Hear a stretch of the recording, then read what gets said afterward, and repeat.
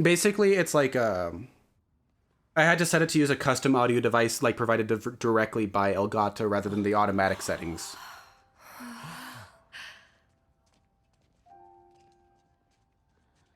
Where are we? A maternity ward. This is a maternity ward. Maternity? Doctor, may I? Babies.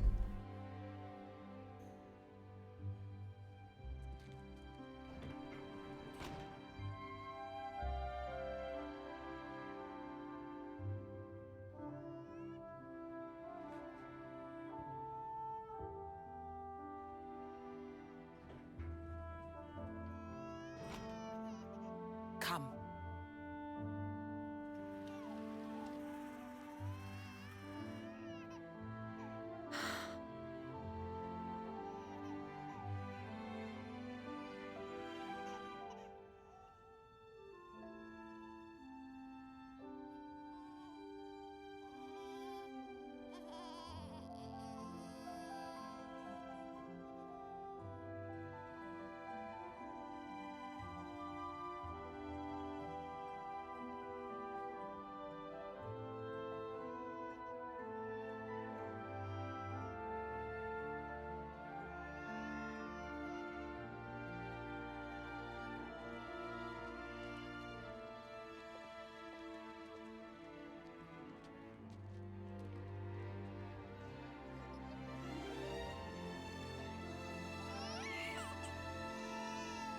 It's so small.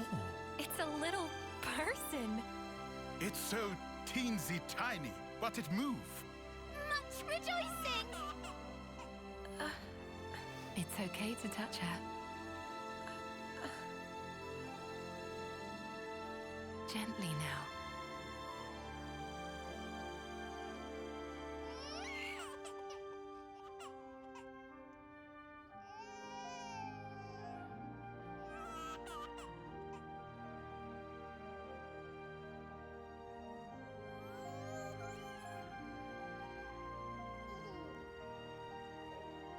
She's so warm. Place one finger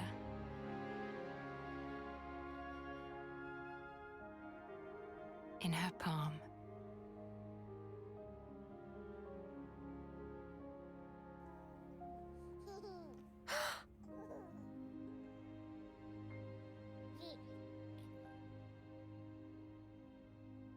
Hey, Sana!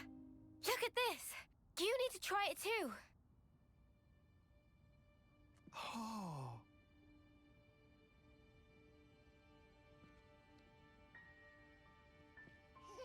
Wow, you're right! Mimi, it's incredible! Let me have a turn. What?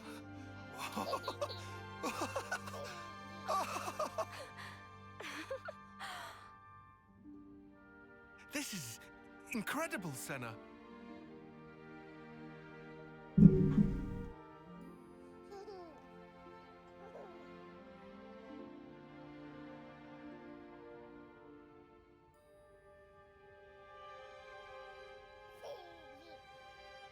Funny, right?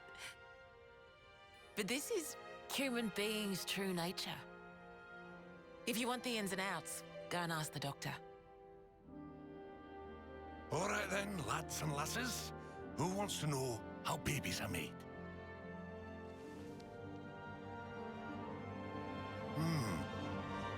Well, you're in for a surprise. Buckle up!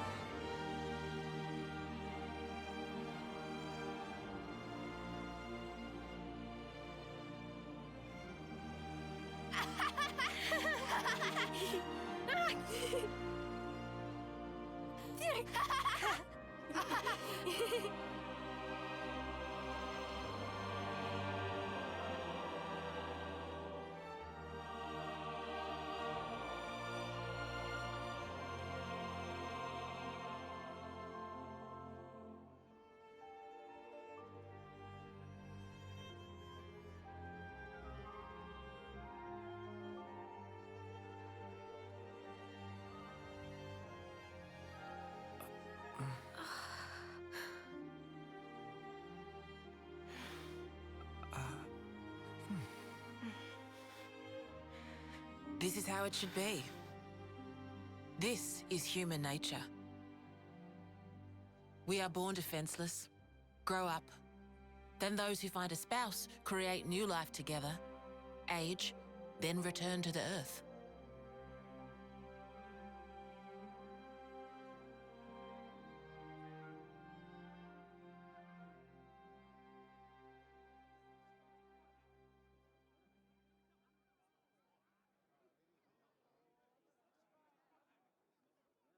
Thank you. I mean it.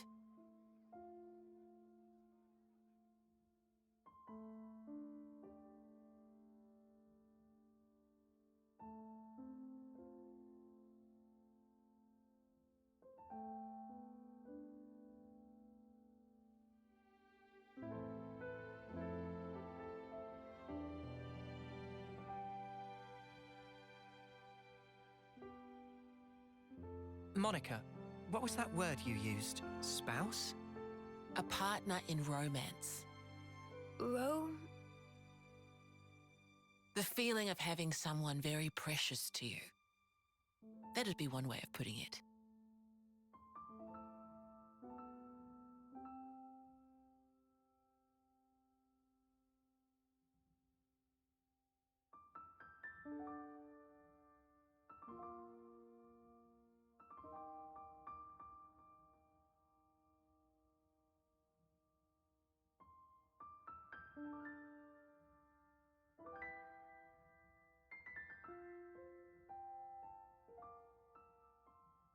You'll understand too someday.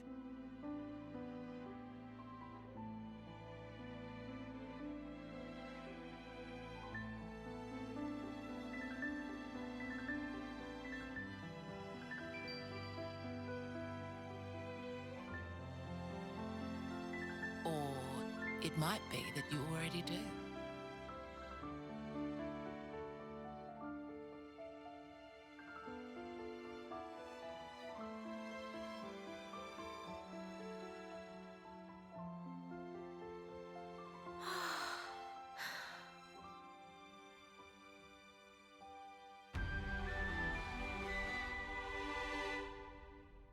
So the Joseph's discussion actually ended up being relevant because... Wait. So I've talked about on stream, like, how I really want to be a teacher and all that junk. And a lot of that just has to do with, like... You know how, like, typically it's, like, little girls who, like, when they're, like, really young say they want to, like, be a mother and, like, all that stuff? It's, like, I still have... It's, like, I still have that, like... I want to be a dad. And it's like, that's one of the things I'm worried about, is just like... Jouissance. It's like an obsession with like private joy and the loss of like... I should write this all down. Like the people who lose out most in this are like kids, and like ask yourselves, it's like if you live in the this is especially true for people who live in the United States. I'm gonna emphasize this a bit more. But when was the last time you interacted with children outside of your family unit? Or even necessarily children within your family unit. How often do you go into a public space and see children treated as equals? Or as like free participants of society? How often do you hear people say, like, feel okay to say, I hate children, or I hate like little brats, or I hate like... We have all kinds of like what would for almost any other group be classified as slurs for children, and like kids deserve the world, man. And it's like the opportunity to interact with people from different generations, with the young and the old, and to learn to appreciate not just like the state we're in, but like those who are younger than us, who are learning, who are growing and becoming like beautiful, like learning to achieve something beautiful, but also those who have gone before us and are like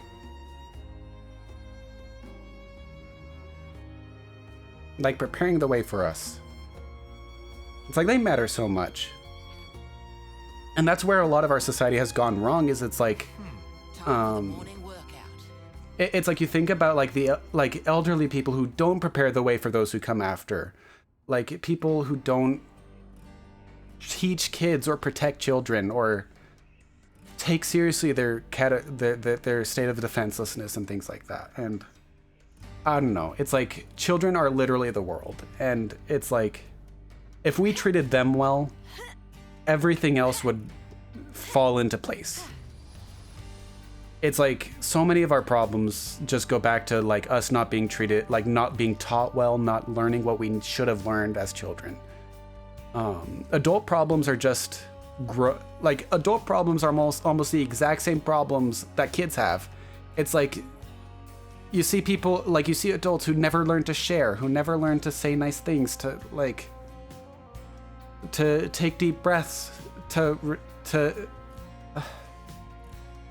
yeah, I don't know. It's just like this isn't like this isn't a theme that's existed. Like this hasn't been a focus of prior Xenoblade games. Like this is the first one to really treat family seriously, but nothing. It's like it reminds me of the words of Gabriela Mistral. It's like she's writing about like the shame that a single mother had to endure, and like she was writing about the shame that a single mother had to endure in the Poems of the Saddest Mother. That's the name of the poems, and it's the basis for my essay La Vida Total. And when she justifies these poems about writing about the abuse and harassment of a single mother, she Gabriela Mistral wrote,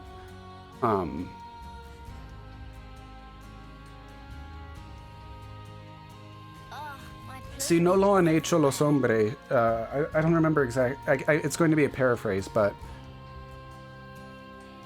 si no lo han hecho los hombres, no hemos de purificar en los ojos de los impuros esto, o sea, el embarazo, which translated is, it's like, if men have not done this, and she uses men especially because it's still more gender neutral when she's writing, so it's like it's speaking to humanity, but especially to men who dominated literature at the time and still dominate a lot of society. If men have not been willing to purify in the eyes of the impure the state of motherhood, then should not we do so?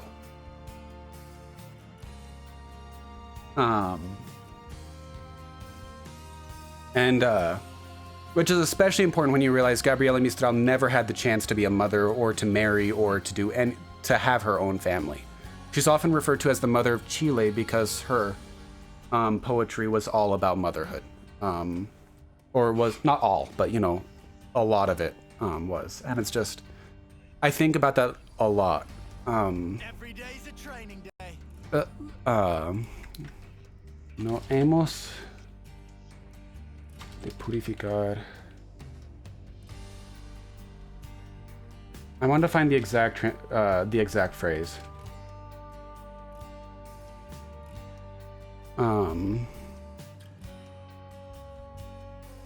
Mistral.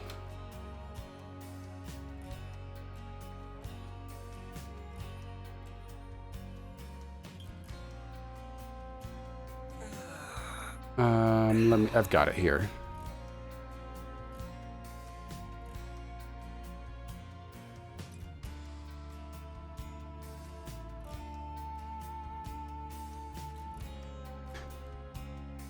Es una de nosotras quien debe decir, ya que los hombres no lo han dicho, la santidad de este estado doloroso y divino. Si la misión del arte es embellecerlo todo en una inmensa misericordia, ¿por qué no hemos purificado a los ojos de los impuros esto? Which in English is, if one of us, in the feminine, if one of us, the group of women, it is one of us among the group of women who should say, given that men have not said it, the holiness of this painful and divine state. If the mission of art is to beautify everything and in immense mercy, why have we not purified to the eyes of the impure this? This meaning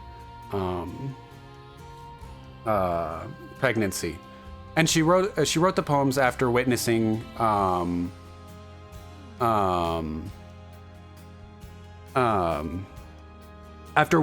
a pregnant woman be harassed in her home.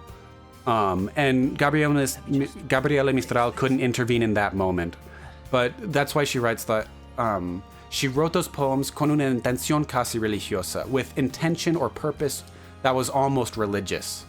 And it's like, I feel that.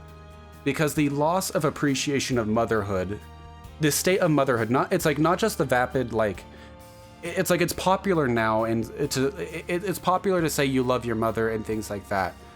But to zealously defend the family and to say motherhood itself matters and is sacred and is holy and things like that. That's kind of like, I don't know. I cannot capture it's like if I attempt to capture it in words, I fail the purpose.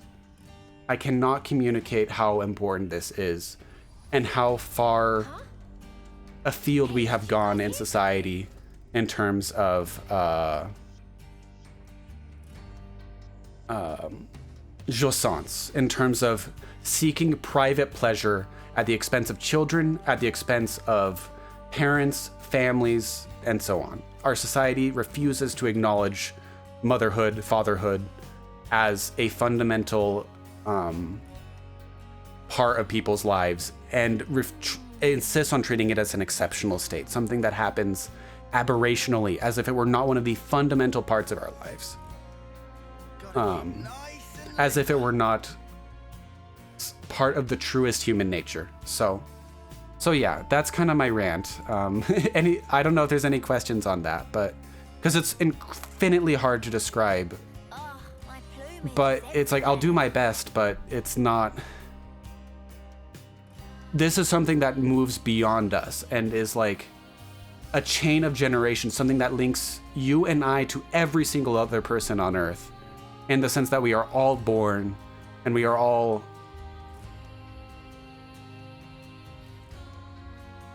made of dust and will return to it. So yeah.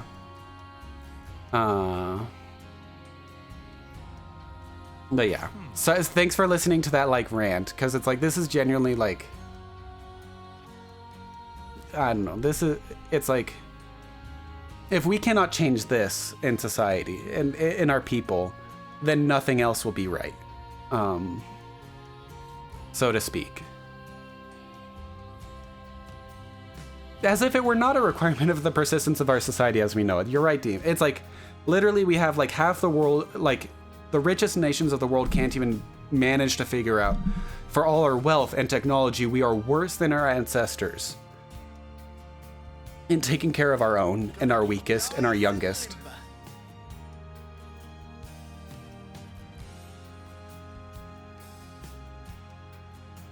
Let me just fix this. They knew how to do it right, and it's like, you can die of it's like, you can experience incredible poverty, you can die at 23, you can live your life eating dirt, so to speak, and still be wiser than the best of us if you know how to raise a child properly.